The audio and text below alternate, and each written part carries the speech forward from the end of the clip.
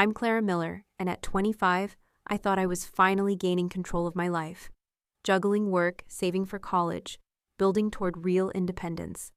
But all of that shattered the day I got a text from my dad, saying he'd sold my car, the one I spent 3 years saving for, to help cover my brother's tuition. Turns out the car was just the tip of the iceberg. My father had been using my name, my credit, to fund his secrets. And that night, I discovered just how deep the betrayal ran, and how far I'd have to go to take my life back. Before I share everything, let me know where you're tuning in from. And if you've ever felt trapped by family expectations or manipulation, hit like and subscribe. This might be the reminder you need that walking away isn't selfish. Sometimes it's survival. Growing up in the Miller household felt like walking on eggshells. Every step, every word, calculated and careful. Especially around my father, Victor. He wasn't just the head of the house, he was the commander-in-chief of every detail in our lives. The money, the schedules, even our personal belongings. Dad worked as a sales manager at a local furniture store, and somehow that position of power there only fueled his need to rule at home. My mom, Evelyn, worked part-time at a dental clinic. She played the role of quiet peacemaker, always brushing off his behavior with soft excuses like, "That's just how your father shows love." Then there was my brother, Leo, the golden child, the one who could do no wrong. At 18, he had never worked a day in his life. Dad said his full-time job was getting good grades, so he could land a spot at a prestigious university. His room looked like a showroom for expensive sneakers, the latest gaming consoles, and of course, the newest iPhone. All gifted by our parents under the noble claim that these things were necessary for his success. Me, I started working when I was 16 at the Golden Spoon Cafe. First just weekends, then nearly full-time by my senior year. What began as my quiet rebellion, a small step toward independence, quickly turned into a financial obligation. By the time I was in community college, Dad demanded I hand over $400 a month for rent, to live in my own childhood bedroom. "You need to learn responsibility," he'd say, pocketing my hard-earned cash without a hint of irony. Community college wasn't my first choice. I had been accepted to a state university with a partial scholarship. But Dad convinced me, no, pressured me, that student loans were a financial death sentence. Better to stay home, save money, help the family, he insisted. Meanwhile, Leo was being encouraged to apply to elite private schools across the country, like the rules never quite applied the same to him. For 3 long years, I poured every extra penny into saving for a car. I picked up extra shifts, sold clothes online, even donated plasma twice a month. Every dollar went into the savings account I opened at 18, though Dad insisted on being a co-signer, just in case, as he called it. It didn't take long for me to realize that was his first move to keep his grip on my finances. But I did it. I saved $200 and bought a reliable used sedan with decent mileage. Driving that car home was one of the proudest moments of my life. Dad came along to make sure I didn't get ripped off, but I negotiated that deal myself. The car was in my name, though naturally he kept copies of all the paperwork for family records. It wasn't the first time my so-called achievements got swallowed up by the family. My high school graduation money from relatives mysteriously transformed into our family's vacation fund. My first big cafe bonus went straight to fixing the water heater. The message was clear: nothing I earned, nothing I achieved, ever truly belonged to me. I carried around this tangled knot of emotions: guilt for craving independence, resentment for constantly being drained. Whenever I pushed back, Mom's voice would float in, reminding me, families sacrifice for each other. But it was always clear. Questioning these rules meant questioning my love for them. My 25th birthday rolled around with quiet hope. I planned to treat myself to dinner at my favorite little Thai place after pulling a double shift. Brianna, my best friend at the cafe, promised me a cupcake during our break. Small things, but they were mine. I even splurged on a new dress from the clearance rack, just to feel special for once. The only person in my family who ever truly rooted for me was Aunt Bethany, Dad's sister. She believed in independence, in education, in choice. She once offered to help me financially with college, but Dad shot her down, called it interfering. Still, she stayed in my corner, my secret ally, slipping birthday cards with a little cash tucked inside to my job, safe from Dad's redistribution. Mom's brother, Uncle Marcus, saw the pattern too. A successful accountant, he kept his distance after too many arguments with Dad over, you guessed it, money. He stayed polite for the sake of holidays, but last Christmas, he pulled me aside, his voice low, eyes sharp with concern. Something's off with how your dad handles money, he warned. If you ever need help setting up your own accounts, you come to me. His words hung heavy in the air, until Dad swept in, steering me away, conversation over. That morning, my birthday, I slipped quietly out the door for my 7 a.m. shift, careful not to wake anyone. Mom had promised a little family dinner that night. Though if history had taught me anything, birthdays in the Miller house usually got overshadowed by Leo's latest achievement or Dad's work stress. Still, a tiny part of me hoped this year might be different. I locked the front door and walked down the driveway toward my car, parked along the curb. The crisp October air nipped at my skin as I slid into the driver's seat and turned the key. The hum of the engine reminding me this car was my hard-won slice of independence. What I didn't know was that would be the last time I ever drove it. By 2:30 that afternoon, the lunch rush at the Golden Spoon Cafe had finally died down. My legs ached from 7 hours on my feet, with another 5 still ahead in my double shift. But as I headed to the break room, a small smile crept onto my face. Brianna, my best friend at the cafe, had decorated the tiny space with a lone happy birthday balloon and surprised me with a chocolate cupcake, complete with a sparkling candle stuck right in the center. Make a wish, birthday girl, she beamed, her blonde ponytail bouncing as she clapped. I closed my eyes, wishing for the same thing I'd been wishing for months, the courage and maybe the means to finally move out. I blew out the flame, never imagining how fast that wish would turn into a nightmare. As Brianna cut the cupcake to share, my phone buzzed inside my apron pocket. I pulled it out, expecting a sweet message from Mom, maybe even Dad. Instead, my heart dropped as I read the text. We sold your car this morning, got $4,000 cash. Family comes first. Be grateful we let you stay here. I stared at the screen, sure I was reading it wrong. My hands shook as I typed back. What are you talking about? That's my car. I paid for it. Dad's response came instantly. Your brother got into Sterling College. He starts next semester. Tuition deposit is due. My stomach twisted. Another message popped up before I could even breathe. Oh, and you'll be covering his first semester. $5,800 due this week. My fingers fumbled as I texted back, panic rising. Dad, that's impossible. The car's in my name. How could you sell it? Brianna must have noticed my face drain of color because she looked up, her brow furrowed with concern. Dad's reply chilled me. I handled the paperwork, emergency family clause, and then the final blow. Your mother and I supported you for years. It's time you support your brother's future. Without thinking, I pushed through the back door into the alley, the cold air biting my skin as I dialed his number. He picked up on the 4th ring. You can't do this, I said, my voice cracking. That car, that's legally mine. I worked for it, I paid for it. The title is in my name. The title has me listed as co-signer for emergencies, Dad answered, calm as ever. And this is an emergency. Leo needs that tuition money. Your car was just sitting there, losing value. Financially, this made sense. You sold my car for $4,000. It's worth at least $7,000, I protested, my voice shaking with fury. I remembered checking the Blue Book value just last month. The buyer paid cash, no questions asked, Dad shrugged off. Besides, you still owe us more for Leo's tuition. Better start picking up extra shifts. The words exploded out of me. I'm not paying for Leo's college. That money was for my degree. His voice turned sharp, icy. Family comes first, Clara. Your mother and I sacrificed everything for you and Leo. Now it's your turn. The call cut off, leaving me gasping for air in the narrow alley behind the cafe. My car, gone. The independence it symbolized, gone. And now they expected me to fork over thousands more like it was nothing. I leaned against the cold brick wall, my mind racing through bitter memories. The plasma donation center, where the nurses knew me by name.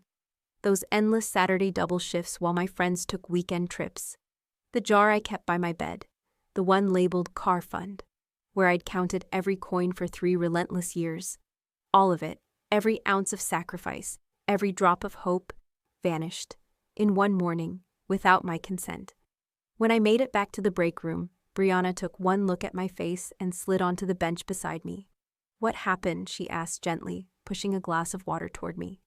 The moment I opened my mouth, the tears came. I poured it all out, every last awful detail. Her expression shifted from confusion to disbelief, and then full-blown anger. "They can't do that," she gasped. "That's theft. Did you call the cops yet?" The thought hadn't even occurred to me. Call the police on my own parents? Was that even possible? Would they take it seriously, or would they brush it off as just another messy family squabble?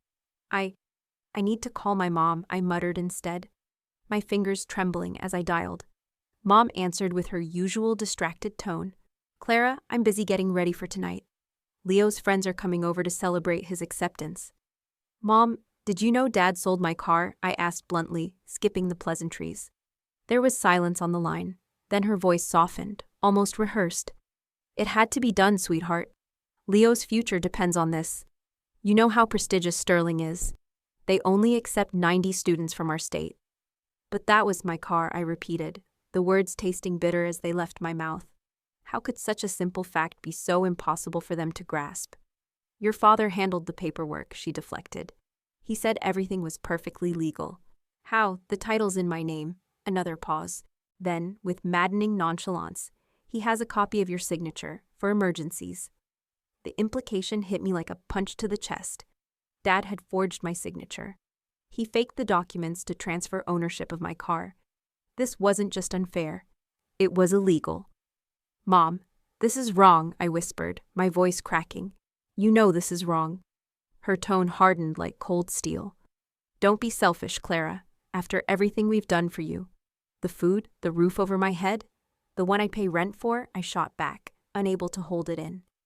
"Families sacrifice for each other," she finished, reciting the tired old line before hanging up.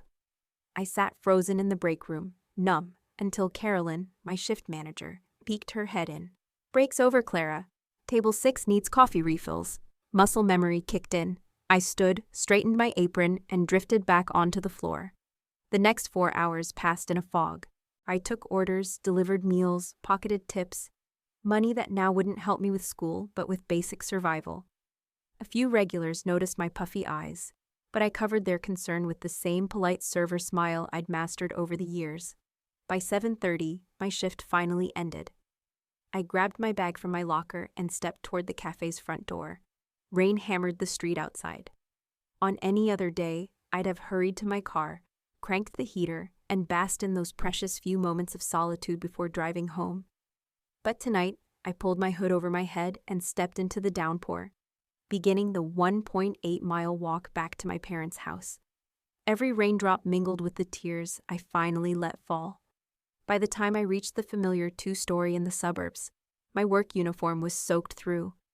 My server shoes squeaked with every step, and my makeup had long since vanished. Through the dining room window, I saw them, my family, gathered around the oak table under the warm glow of the chandelier. Leo sat at the head of the table, Dad's usual spot, wearing a brand-new Sterling College sweatshirt, probably bought earlier that day.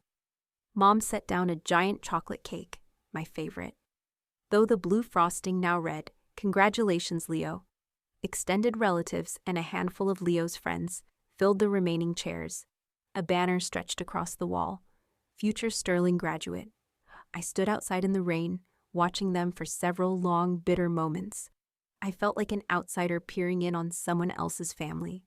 No one noticed my absence, or if they did, it clearly didn't dampen their celebration. My birthday had officially been erased. With a deep breath, I pushed open the front door. Conversation stopped as I stepped inside, forming a puddle on the hardwood floor. "Clara!" Mom shrieked, eyeing the mess. "You're soaking the floor. Why didn't you call a ride?" I stared at her, disbelief curling in my chest. "With what car, Mom?" The room fell into an awkward silence. Leo's friends fidgeted in their chairs. "Where were you?" Dad asked, as if I was late to Leo's party, not returning from a 12-hour shift on my birthday. "Working, like every Tuesday," I replied, eerily calm. "And walking home in the rain, because someone sold my car." Aunt Bethany, seated near the kitchen, glanced between me and Dad, her brow furrowed in confusion. Victor, what is she talking about? Dad cleared his throat, standing to assert control of the room. This isn't the time or place, Clara. We have guests. Go change and join the celebration. Leo's got good news. I know the news, I shot back, unmoving. Sterling College, first semester's $5,800. Due this week, from me. Leo finally looked up from his phone, his face flashing with confusion. Wait, what? Dad, you said the college fund was covering that. It is, Dad replied quickly. Your sister's just being dramatic. She's upset we had to liquidate a few assets. You mean my car? I challenged. The car I bought with my own money. That asset. Uncle Marcus set his fork down, his expression darkening. Victor, tell me you didn't sell Clara's car without her permission. It was a family decision, Dad declared, his voice firm and final. No, I said, stepping further into the dining room, dripping water onto Mom's prized beige rug. It wasn't. You didn't ask me. You didn't even tell me until it was already done. Leo shrugged with maddening nonchalance. It's not a big deal. You can buy another one. You're always working anyway. That casual dismissal, 3 years of sacrifice wiped away like they were nothing, ignited something in me. I took another step forward, water pooling beneath my feet, and for the first time in a long time, I stopped swallowing my anger. The big deal is, it was mine. My voice rose with every word. Legally mine, paid for with my own money I earned working 30 hours a week while carrying a full course load. My chest heaved as the words spilled out, louder now. And you forged my signature to sell it. A few relatives gasped, the room tightening with quiet shock. Dad's face drained of color. That's a serious accusation, Uncle Marcus said low, his eyes sharp. It's the truth, I shot back, locking eyes with Dad. Mom already confirmed it. All eyes swung to Mom, who suddenly found rearranging the dessert plates fascinating. It was an emergency situation, Dad insisted, straightening his posture. As Clara's parents, we have certain rights. Not over my property, I fired back. I'm 25. You live under our roof, Dad snapped. Eat our food. I pay rent, I shouted, my voice cracking under the weight of years. $400 a month to sleep in my childhood bedroom, plus groceries, plus utilities. Leo's eyes widened in surprise. Maybe for the first time, it occurred to him to wonder where the family money came from, or where it went. And now you expect me to cover nearly $6,000 for Leo's tuition. Money I saved to finish my own degree.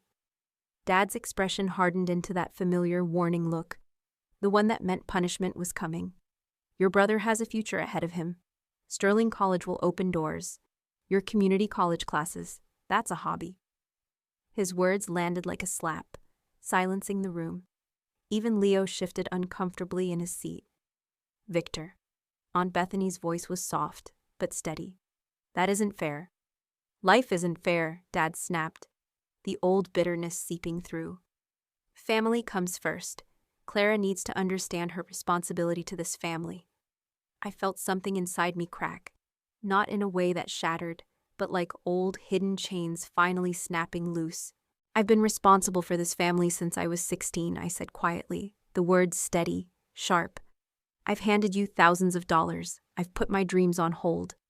I've worked jobs neither of you would touch, just to contribute. Dad waved me off. Everyone works, everyone contributes. Does Leo? I asked, my gaze cutting to my brother. Has he ever handed over a paycheck, paid rent, worked through college like I have? That's different, Mom interjected, her voice tight. Leo needs to focus on his education. And I don't, the words tumbled out. Years of quiet resentment finally finding breath. You've been taking from me for years while handing him everything. We gave you a roof over your head, Dad roared, his patience snapping. And this is how you repay us? Ungrateful, after everything we've done for you. I'm not giving you the money, I declared, my voice firm as steel. Even I was surprised by the resolve behind it. Not a dime. The dining room fell into an uneasy hush. Leo's friends stared at their plates. Relatives exchanged awkward glances. Dad pushed back his chair, rising to his full height, his voice dropping into a dangerous, low growl. Then pack your things. "You're dead to me," Mom gasped. "Victor!" "I mean it," he continued coldly, pointing toward the stairs. "If you won't support this family, you're no longer part of it. Pack your bags and get out, tonight." In the past, this would have been the moment I caved. The moment I apologized, agreed to his terms, sacrificed my boundaries for the illusion of peace. The familiar weight of guilt would settle on my shoulders, and I'd convince myself family duty mattered more than self-respect. Not tonight. "Okay," I said simply. Dad blinked, visibly thrown off. "Okay, what?" "Okay, I'll pack. I'll go." I turned toward the stairs, then paused, meeting the stunned faces around the table. "And Leo, congrats on Sterling. I hope it's worth it." I climbed the stairs, their whispered conversations swirling below me. Mom's panicked voice cut through, "Victor, do something." And Dad's dismissive reply, "She'll calm down, she'll apologize." They didn't understand. Something fundamental had shifted. The daughter who always folded, always sacrificed, always chose family peace over personal dignity. That girl had finally reached her limit. In my room, I dragged the largest suitcase from under the bed and began methodically clearing drawers. The shock of my decision hadn't fully hit yet. Instead, I moved with an eerie, focused calm. The muffled party noise drifted upstairs, stilted at first, then resuming, like my departure was just a temporary hiccup, not the fracture it truly was. I heard Leo laugh, Dad launching into some trivial story about Sterling College he'd probably memorized earlier that day. I packed efficiently, choosing clothes for interviews and work, leaving behind high school keepsakes and anything too bulky to carry. Once the suitcase was full, I grabbed my duffel bag and kept going. My essential documents, they were the key to real independence. I opened the desk drawer where I kept my social security card, passport, and birth certificate, only to find it completely empty. A cold realization gripped me. Dad had taken them, probably after selling my car, anticipating this very rebellion. Without those, securing housing, jobs, everything became exponentially harder. I grabbed my phone and texted Aunt Bethany. "Can you come upstairs? I need to talk, privately."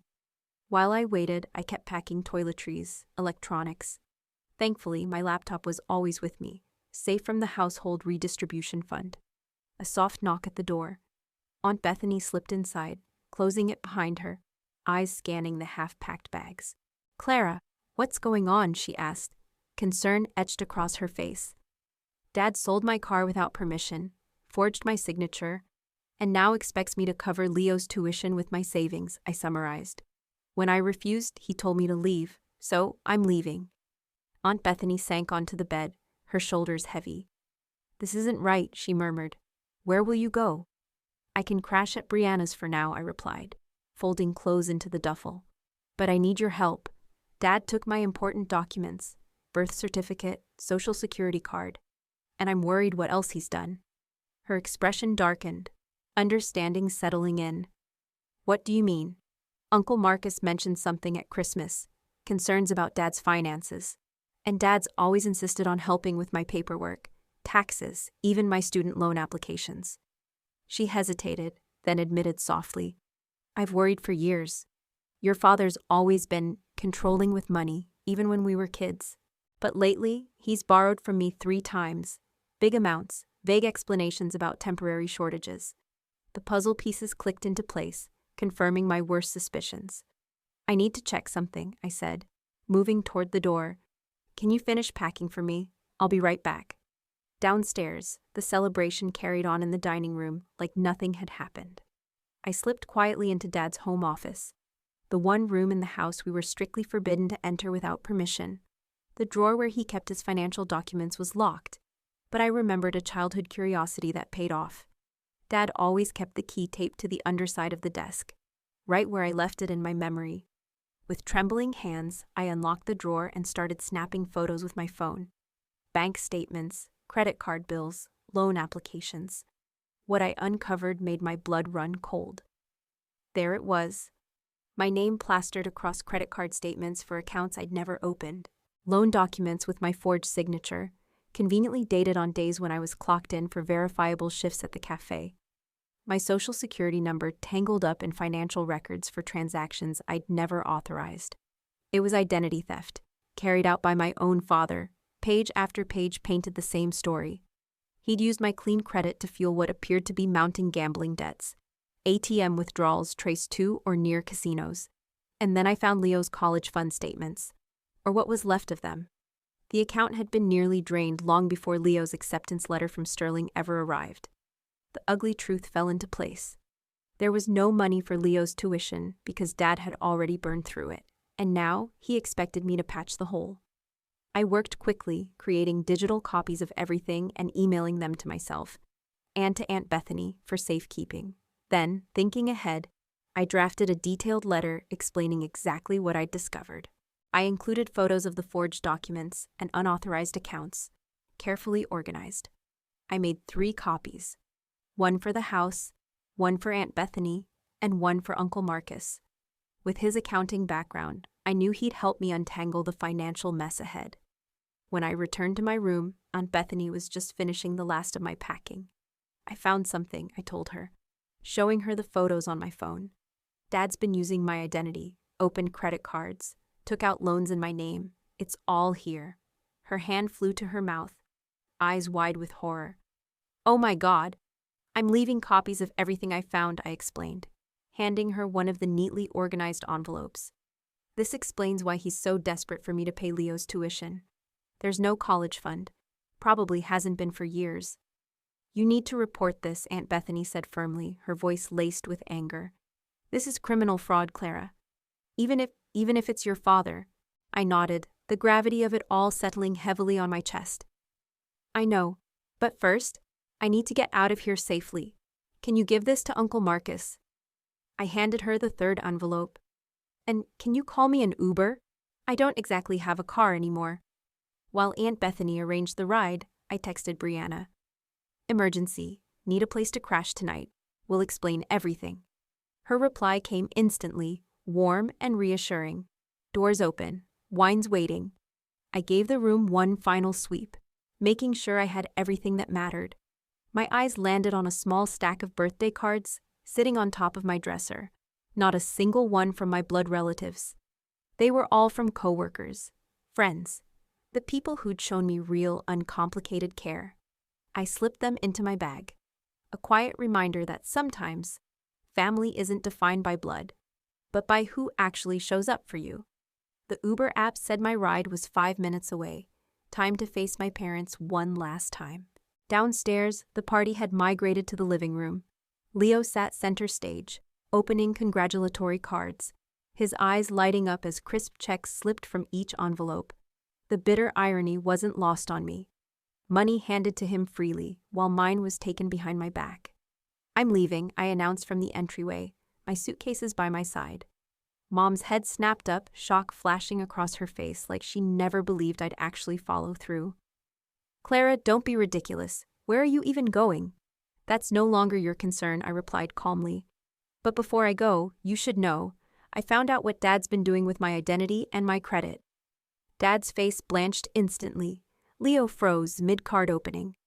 I don't know what you're talking about, Dad bluffed, but his eyes betrayed him. Credit cards, loans, all in my name, none with my consent, I continued. I've documented everything, including your little forgery. Dad shot up from the couch, his voice sharp. Now listen here. No, I cut him off, steady and controlled. You listen. I've made copies of everything. I'm leaving one here. I placed the envelope firmly on the entryway table. What happens next depends entirely on how you choose to handle this. You threatening me now? His voice grew dangerous, rising like a storm cloud. I'm giving you a chance to fix this, I corrected coolly, starting with my car and my documents. Mom grabbed my arm, desperation creeping into her voice. Please don't do this, sweetheart. Not on Leo's special day. The mention of Leo's celebration on the birthday they'd all conveniently forgotten was the final straw. I gently pulled her hand away. It's my special day too, Mom. I turned 25 today, but I guess that didn't make the highlight reel. Aunt Bethany appeared beside me, scooping up one of my bags. I'll walk you out, Clara. As we turned to leave, Mom's voice cracked behind me. If you walk out that door, don't expect to be welcomed back. I paused at the threshold, years of resentment rising in my throat.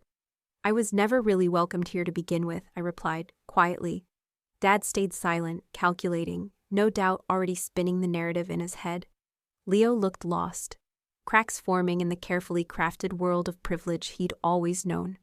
Without another word, I stepped into the cool night air, leaving behind a house that never truly felt like home, and a family that never really respected me as my own person. The Uber driver loaded my bags into the trunk, while Aunt Bethany pulled me into a tight hug. "I'm proud of you," she whispered. "Call me tomorrow, okay? We'll figure this out." As the car pulled away, I watched my childhood home shrink in the rearview mirror. The envelope of evidence would be found by morning, and the consequences would start unfolding. For the first time in years, despite the uncertainty ahead, I felt something dangerously close to freedom.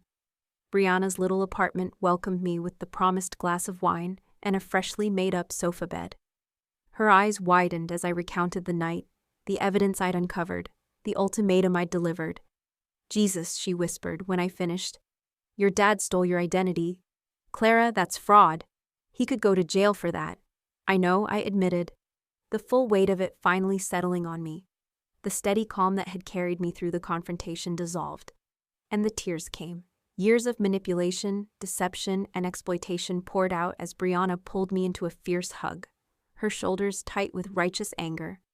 "You did the right thing," she repeated like a mantra. "They didn't leave you any other choice." Exhaustion swept over me, and I collapsed onto the sofa bed, drifting into dreamless sleep. My phone buzzed relentlessly with a string of messages, Mom's frantic mix of guilt trips and pleas to keep things private. Morning came with sunlight creeping through Brianna's sheer curtains and the harsh reality of my new situation. Technically homeless, limited savings, thankfully in an account Dad couldn't touch. No car, a family crisis brewing. But for the first time in years, I also felt clear about my worth, about my boundaries. My phone screen lit up with 17 missed calls. 10 from Mom, 4 from Dad, 2 from Leo, 1 from Aunt Bethany. A flood of messages cluttered my notifications, but I ignored them, craving coffee before facing it all. Brianna had already left for her morning shift, but a handwritten note waited on the counter alongside a spare key. "Make yourself at home." After showering and pulling on clean clothes, I finally scrolled through the messages. Mom's texts escalated from frantic, "Please call us immediately," to manipulative, "How could you do this to your father?" to downright shaming, "We raised you better than this." Dad's were colder, clipped commands to come home immediately and discuss this misunderstanding. Leo's lone message read, "What the hell is going on? Dad's losing his mind. Aunt Bethany won't stop crying." But Aunt Bethany's text was different. "Met with Marcus this morning. He's reviewed everything. Call when you're ready. We've got your back." I called immediately. She picked up on the first ring. "Are you safe?" were her first words, skipping formalities. "Yeah, I'm at a friend's place," I assured her. "Have you heard from them this morning?" "Oh, I've heard plenty," her voice dropped with frustration. "Your father's been on the phone to the entire family, spinning his version, claiming you're having some sort of breakdown, jealous of Leo, making wild accusations." Of course, I exhaled, unsurprised. "And Marcus? What does he think of the documents?" "He's furious," Bethany replied. "He's been looking into identity theft laws and fraud. The forged signatures, especially damning. He's ready to help file a report if you want. We've arranged to meet at his office at 11. I spent those precious hours making a mental list of immediate needs, replacement copies of my vital documents, credit monitoring, safe housing, reliable transportation. The walk downtown to Marcus's accounting firm took 25 minutes, giving me time to organize my thoughts. The crisp October air felt cleansing after years of suffocating in that house. Marcus greeted me with an uncharacteristically tight hug, leading me into his private office. Aunt Bethany was already there, seated beside a sharply dressed woman introduced as Patricia Evans, a lawyer specializing in identity theft and financial fraud. And for the first time in my adult life, I finally felt like I wasn't fighting this alone. "I've gone over the documents you provided," Uncle Marcus began, not wasting time with small talk. "It's extensive and deeply concerning. Your father has opened 3 credit cards and taken out 2 personal loans, all in your name, totaling over $27,000 in debt." The number nearly knocked the wind out of me. How did he manage to hide this for so long? He had access to your mail, your personal information, and, frankly, enough knowledge of your schedule to intercept any communication from those financial institutions, Patricia, the lawyer, explained. Her tone was steady, but her expression grave, and he likely counted on your family loyalty to keep you from reporting him, if you ever discovered the fraud. That brings us to the tough question, Uncle Marcus added gently. What do you want to do next? Patricia laid out my options clearly. I could report the fraud to the police and credit agencies, which could result in criminal charges against my father. I could attempt a private negotiation, demand he transfer the debts into his own name and return my property. Or I could accept the debts as my own to avoid a family conflict. That last one's not happening, I said firmly, no hesitation. This isn't my debt. I'm not paying for his lies. Good, Aunt Bethany nodded in approval. You shouldn't have to. I took a deep breath, weighing the messy options. I want to try the middle route first, I decided. Give him a chance to make it right, no legal consequences for now, but I want everything in writing, and I want it done immediately. A reasonable approach, Patricia agreed. I can draft a formal letter outlining the evidence we have and the terms required to avoid legal action. While Patricia got to work on the letter, Uncle Marcus helped me begin securing my finances and identity. We froze my credit with all 3 major bureaus, opened new bank accounts at a different institution, and made a detailed list of every fraudulent account that needed to be addressed. There's something else you should know, Uncle Marcus said carefully, his voice carrying the weight of family disappointment. Your father's financial misconduct goes beyond stealing your identity. He borrowed $8,000 from me last year for Leo's college fund, money that clearly never made it to that account. And $12,000 from me, Aunt Bethany added. Her arms crossed tight over her chest. 3 separate loans, always under the banner of some urgent family emergency, but never a straight answer on where the money really went. A dark, troubling picture came into focus. He has a gambling problem, doesn't he? I asked. The casino ATM withdrawals from Dad's financial records flashing through my mind. Uncle Marcus nodded grimly. The evidence points that way. Regular cash withdrawals from ATMs located near the Lucky Roll Casino, and several credit card statements showing cash advances from the same area. It explains why he's so desperate to squeeze tuition money out of me, I realized. The final puzzle piece falling into place. He probably burned through whatever real savings there were for Leo, Aunt Bethany added, her voice tight with anger. And now he's using your good credit and hard work to patch up his addiction, then trying to guilt you into financing Leo's education when the so-called college fund's already gone. My phone buzzed with a text from an unfamiliar number. It was Brianna. Your brother just showed up at the cafe asking for you. He looks scared. What do you want me to tell him? I hesitated, weighing the risk, then typed back. If he's alone, you can give him your address. If Dad's with him, tell him I'm not working today. A moment later, Brianna confirmed Leo had come by himself. I looked up at Aunt Bethany and Uncle Marcus. Looks like we may have another guest joining our little family intervention soon. While we waited, Patricia returned with the letter, neatly printed and precise. It laid everything out plainly. The identity theft, the fraudulent accounts opened in my name, and the terms required to avoid criminal charges. The demands were clear. The immediate return of my car or its fair market value in cash, the return of all my personal documents, closure and transfer of all fraudulent accounts to my father's name, and a formal written admission of wrongdoing. Perfect, I said after reading it.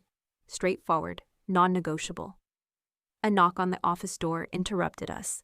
Uncle Marcus opened it to reveal Leo, disheveled and wide-eyed, still wearing the same sterling college sweatshirt from the night before. What the hell is going on? He asked, his gaze darting around the room. Aunt Bethany, Uncle Marcus.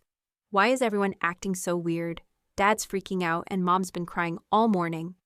Sit down, Leo, I said calmly, motioning to the chair. There's a lot you don't know about our family's finances. For the next hour, we explained everything to him.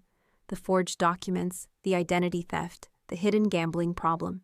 His first reaction was pure denial. Dad wouldn't do that, he muttered, shaking his head. But the stack of evidence spoke louder than his doubt. Gradually, disbelief gave way to a dawning, sickening understanding.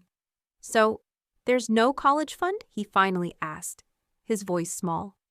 And he sold your car illegally to cover my tuition deposit? That's the situation, Uncle Marcus confirmed.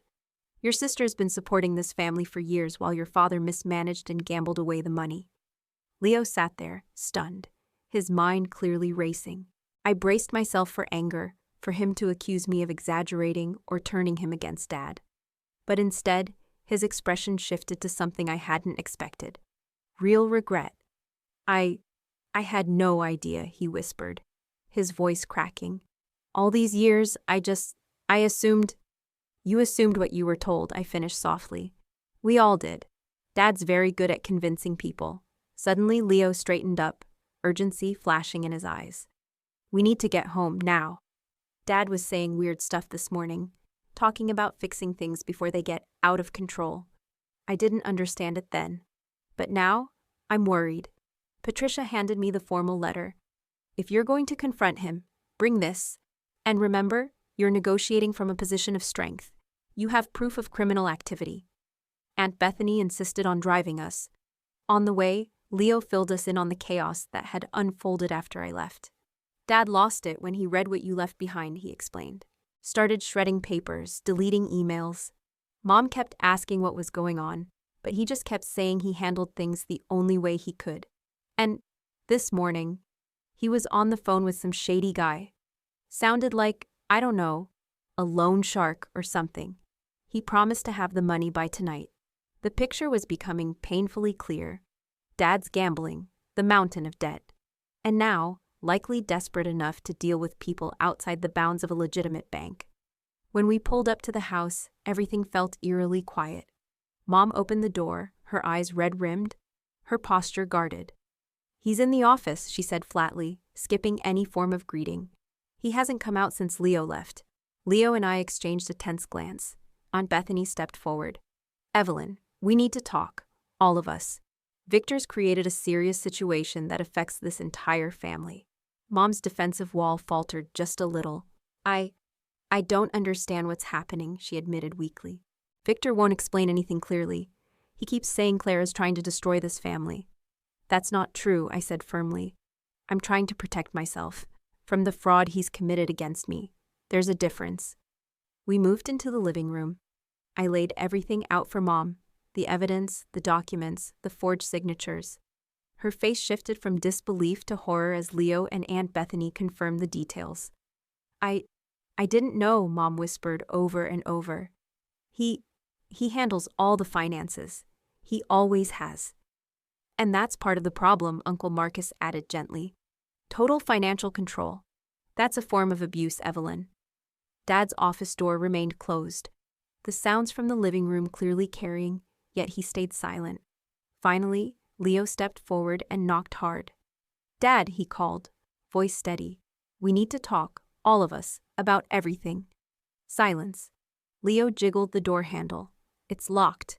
A cold wave of dread settled over me. Dad, I called out. We have a proposal, a way to fix this. The silence deepened. Mom fumbled for the spare key, her hand trembling as she passed it to Leo. He unlocked the door, revealing Dad hunched over his desk, frantically shredding papers. It's too late, Dad muttered, not even looking up. You've ruined everything. The next week passed in a blur of legal consultations, financial damage control, and the slow, painful unraveling of family illusions. I stayed with Brianna, her tiny apartment becoming my safe haven as things at my parents' house grew more chaotic by the day.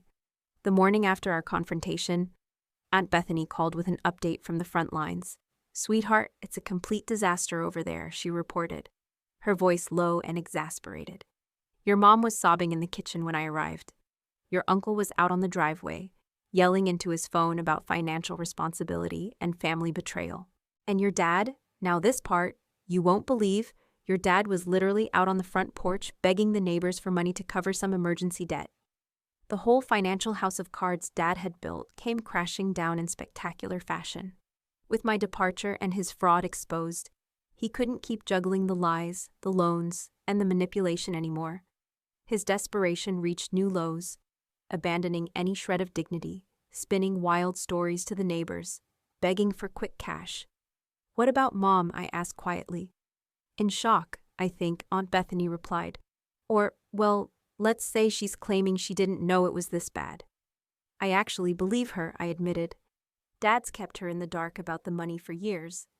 As Uncle Marcus dug deeper into the files I had photographed, the full scope of Dad's financial deception became clear. Beyond the identity theft in my name, there were gambling debts owed to shady lenders, cash advances pulled from maxed-out credit cards to pay other cards, and worst of all, the complete depletion of not only Leo's college fund, but their retirement accounts too.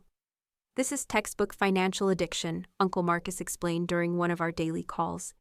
He created an unsustainable cycle that demanded increasingly reckless moves to keep afloat. The car situation was the first mess we tackled. After receiving Patricia's formal letter outlining potential criminal charges, Dad finally coughed up the buyer's contact information. Turned out, a poker buddy of his had purchased my sedan for well below market value, clearly suspecting something wasn't right. With Uncle Marcus by my side as witness, I confronted the man with proof the sale was fraudulent. Look, I don't want legal trouble, the guy admitted, visibly uncomfortable. How about I return the car for the same $4,000 I paid your dad? The Blue Book value is $7,200, Uncle Marcus cut in, unwavering. After some tense back and forth, we settled on the return of my car plus $2,000 in compensation for the hassle. Not the full value, but a far better outcome than I'd imagined a week earlier. 3 days later, my personal documents showed up on Brianna's doorstep, tucked inside a plain manila envelope, delivered by Leo with no explanation. My birth certificate, social security card, passport, even my high school diploma. All the items Dad had hidden away resurfaced. Untangling the fraudulent accounts proved far more complicated. With Patricia's help, I filed official identity theft reports with each creditor, backing them with the forged signature evidence. Most pushed back, demanding a police report before proceeding. This is the moment where you decide how far you're willing to go, Patricia advised during a downtown meeting at her office. Filing a police report means your father could face real criminal charges. With this amount, we're talking potential jail time.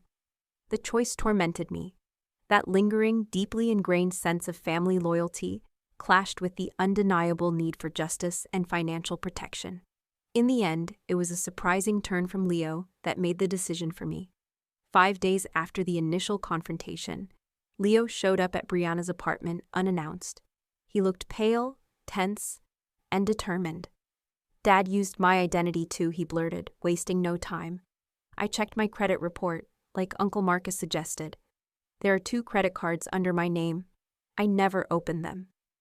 That revelation sealed it for me. This wasn't just about me.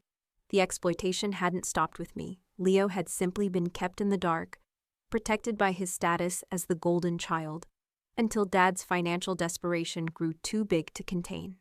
Together, we filed the police reports we had been dreading. Detective Reynolds was assigned to our case. Her no-nonsense, practical approach was a welcome relief after the emotional circus of the past few days. Unfortunately, this happens more often than people think, she explained as we gave our statements. Family members are the most common perpetrators of identity theft. They have easy access to personal information, and they often assume the family bond will stop victims from reporting them. With the reports filed, the credit card companies and lenders finally began the process of removing the fraudulent accounts from my credit history. The debt itself wouldn't magically disappear. Dad would still owe the money. But my name and credit score would finally be untangled from his mess. A week after I walked out, Leo called with another blow. Sterling College rescinded my acceptance, he admitted, his voice flat. After Dad's tuition deposit bounced, well, the dream school's off the table. I braced myself for his frustration, but what came next surprised me. Honestly, I'm relieved, he confessed. I've been thinking a lot about everything. How you worked while I coasted. How unfair it's been.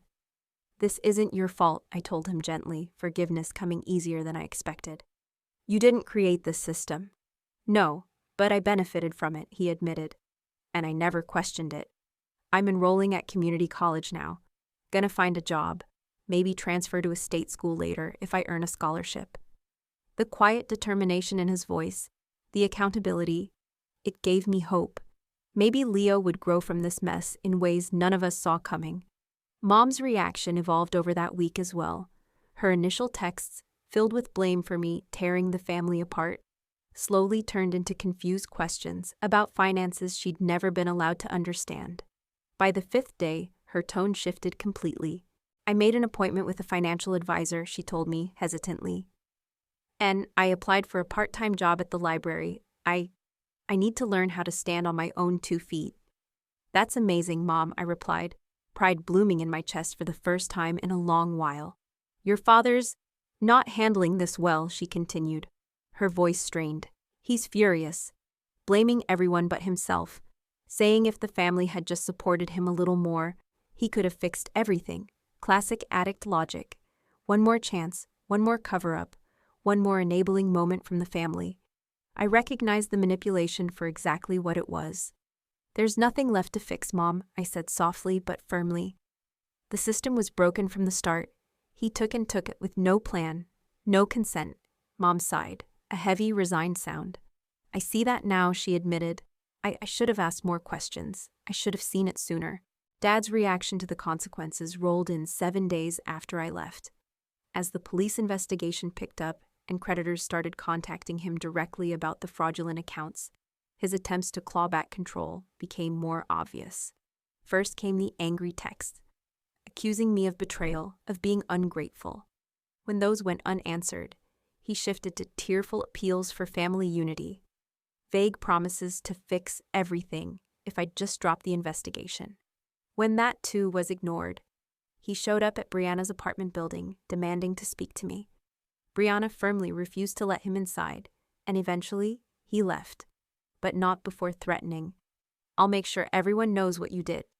The final desperate olive branch came in the form of a long-winded email, sent to me, Leo, Mom, Aunt Bethany, and Uncle Marcus, all at once. "I've only ever tried to provide for this family," it began. "Everything I did was for you. The gambling. It was just to try and solve temporary cash flow problems. If you'd all just trusted me a little longer, I could have fixed this. But now, you've destroyed this family over money. Was it really worth it, Clara? I'm your father. I gave you life. I gave you a roof over your head. And this is how you repay me? Turning your back on your brother? Humiliating me in front of the neighbors? Bringing the police into private family matters? I'm begging you. Reconsider this path. We can fix this quietly. Family should come first." I read the email twice, feeling a strange hollow ache in my chest. Not grief, but the sharp clarity that comes when illusions finally, fully shatter. Dad wasn't going to change, but I had. And there was no going back. The manipulation was so transparent now. All I could feel was a dull sadness at how predictable it had become. The man who controlled our family for decades through financial abuse and emotional strings couldn't seem to grasp why his old tactics no longer worked. I didn't reply, neither did Leo or Uncle Marcus. Mom sent the only response: "I've retained legal counsel. Please direct any future communication through my attorney."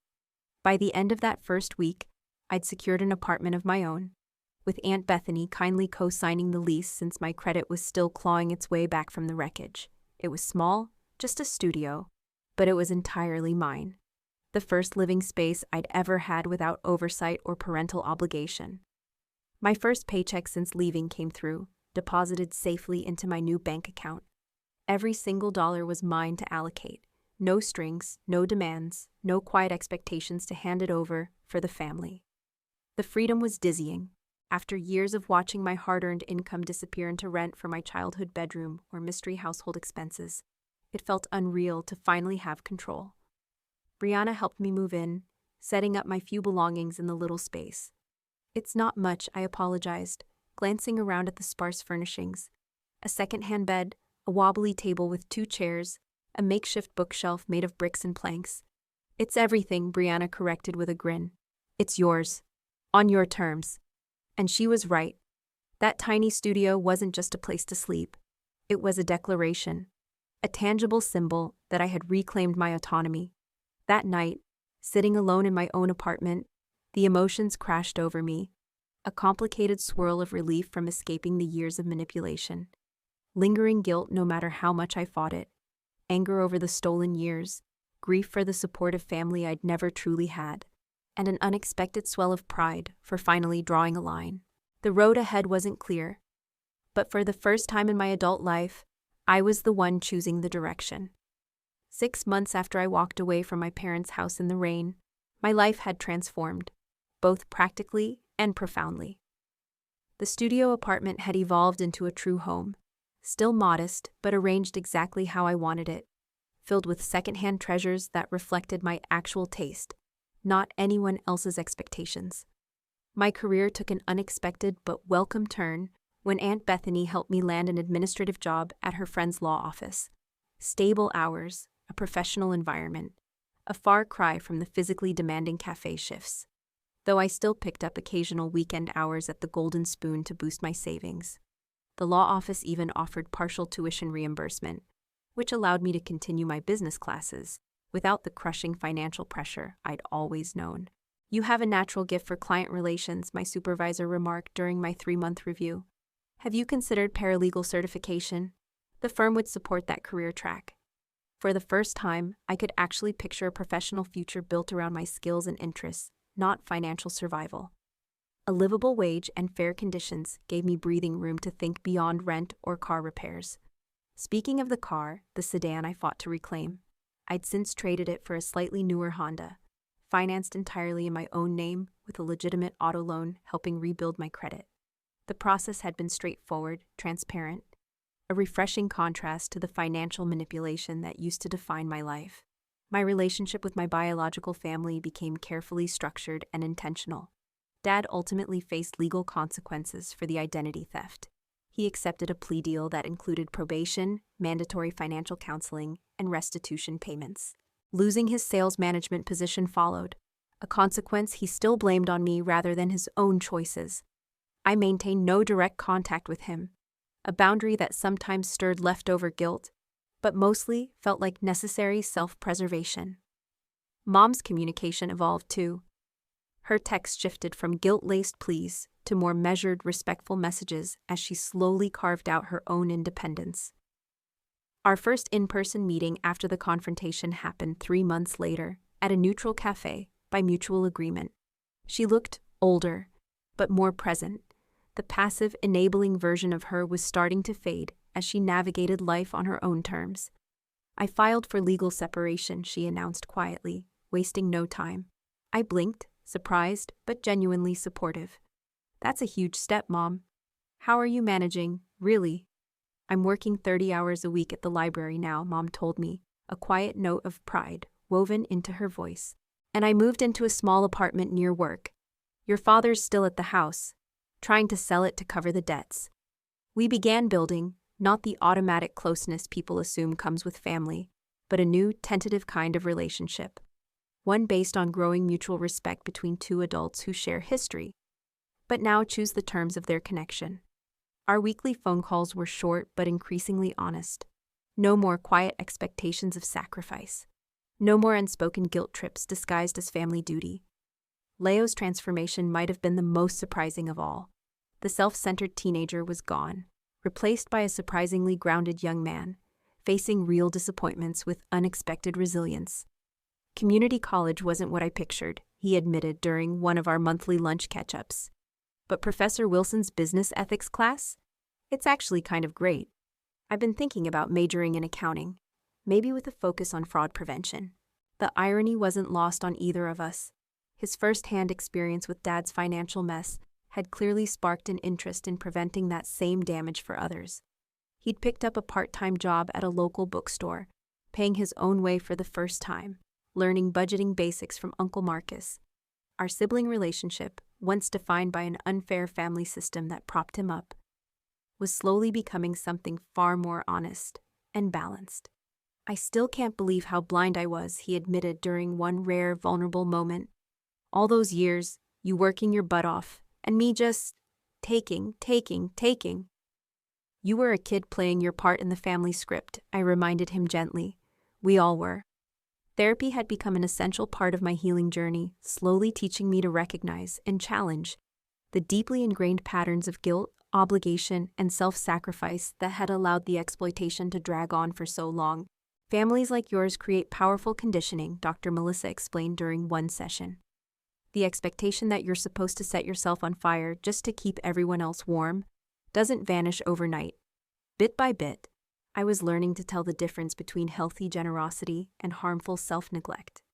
That automatic voice that used to say yes to every request, no matter the personal cost. It was finally growing quieter, replaced by careful consideration of my own needs, my own boundaries.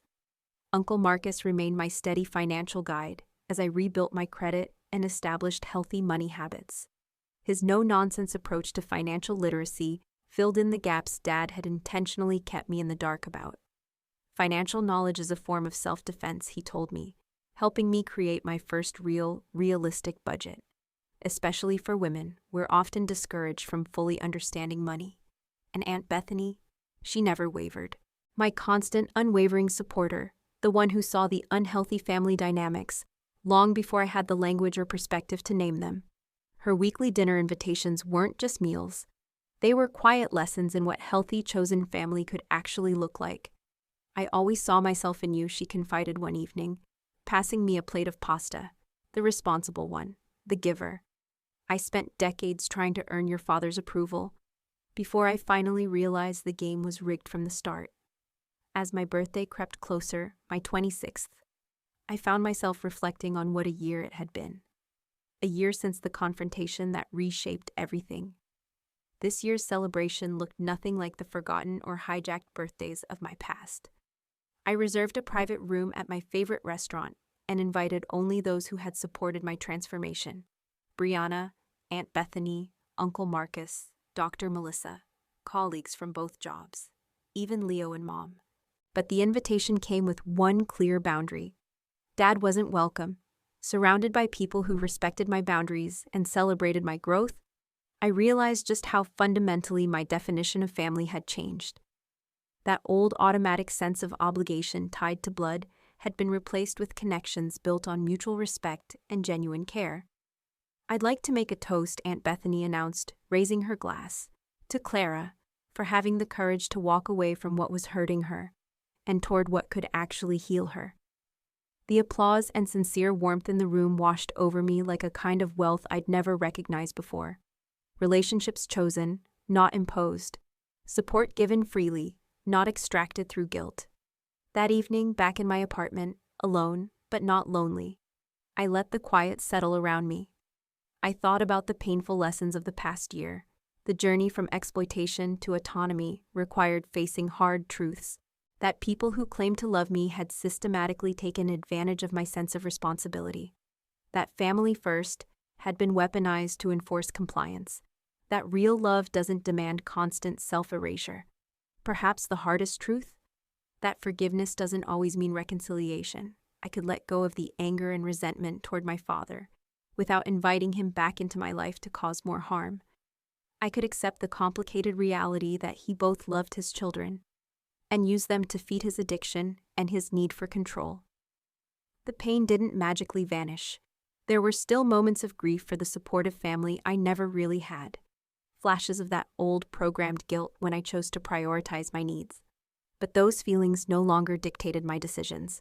They no longer defined my worth. As I was getting ready for bed, my phone buzzed with a message from an unfamiliar number. "Happy birthday, Clara. I hope one day you'll understand everything I did was for this family." Dad. 6 months ago, that message would have sent me into hours of defensive spiraling, trying to explain myself, trying to justify my boundaries. But tonight, I simply read it, let the words land, and didn't respond. I recognized it for what it was, not a genuine attempt to repair, but another bid to reset the old toxic dynamics. Real healing isn't about convincing those who hurt you to understand. It's about building a life where their understanding isn't required for your peace. The boundaries I've set aren't walls built from bitterness. They're healthy limits, protecting the life I'm finally building. A life built on mutual respect, clear communication, and the fundamental truth that my worth isn't measured by how much I sacrifice for others. The next morning, sunlight filtered through curtains I chose, in an apartment I paid for, surrounded by belongings that were truly mine. The day ahead held meaningful work, classes that supported the career I'd chosen, and relationships with people who valued me as a whole person, not as a resource to be drained. That, I realized, is real wealth. Not just financial security, but the freedom to create a life aligned with my actual values. The painful journey from being used to being self-possessed had led to something rare and precious: space to discover who I truly am, beyond the family-imposed role of the eternal provider. As I move forward, I carry that understanding like a compass. Family, real family, are the people who help you become more of yourself, not those who demand you shrink to serve their needs. And sometimes, the most loving thing you can do for yourself is walk away from those who refuse to see your worth beyond what you can give them. Have you ever had to set hard boundaries with family members who took advantage of your generosity? I'd love to hear your stories in the comments below. If this resonates with you, please consider liking, subscribing, or sharing with someone who might need to hear. It's okay to put your own happiness first. Thank you for listening to my journey. And remember, real family supports your growth. They don't exploit your kindness.